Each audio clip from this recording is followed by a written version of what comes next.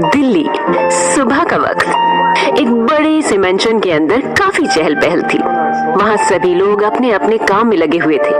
वहीं बहुत सारे सर्वेंट पूरे घर को सजाने में लगे हुए थे। तभी एक 65 साल की औरत अपने रूम से बाहर आई और वो सर्वेंट को काम करते हुए देखने लगी। ये थी लक्ष्मी देवी। वहीं एक 45 साल की महिला उन नौकरों को काम बता रही थी।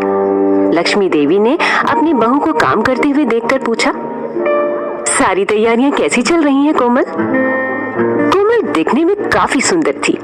वो लक्ष्मी देवी से बोली, तैयारी तो ठीक चल रही थी माँ, लेकिन समझ में नहीं आ रहा कि राजवीर ने अचानक से शादी करने का फैसला क्यों किया।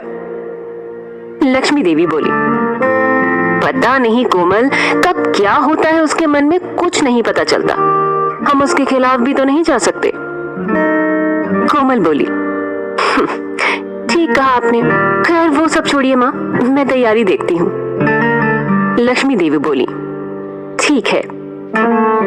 ये मेंशन सिंघानिया मेंशन है, जहाँ इस घर के बड़े बेटे राजवीर सिंघानिया की शादी होने वाली है।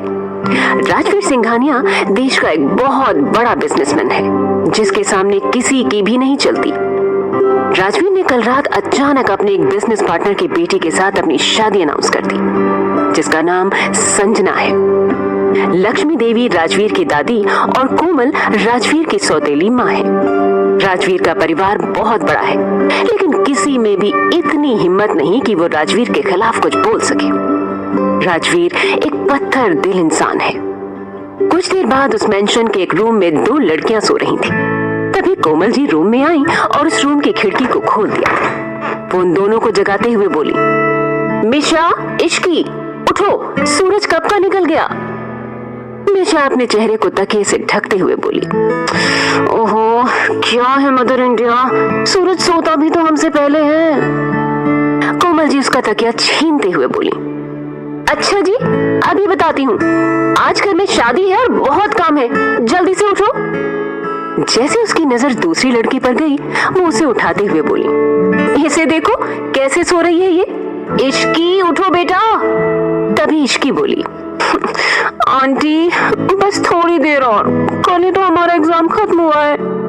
उनकी बातें सुनकर कोमल को इरिटेशन होने लगी। वो चिल्लाते हुए बोली, नहीं, बिल्कुल नहीं, घर में शादी है और तुम दोनों को देखो अब तक सो रही हो, इतना सारा काम पड़ा है अभी। ये सुनते ही मिशा बेड से उठते हुए बोली, शादी? ये भला कैसी शादी हुई जिसके बारे में एक ही दिन पहले बताया गया? और वैसे भी मुझे वो चलती फिरती लिपस्टिक की दुकान बिल्कुल भी नहीं पसंद।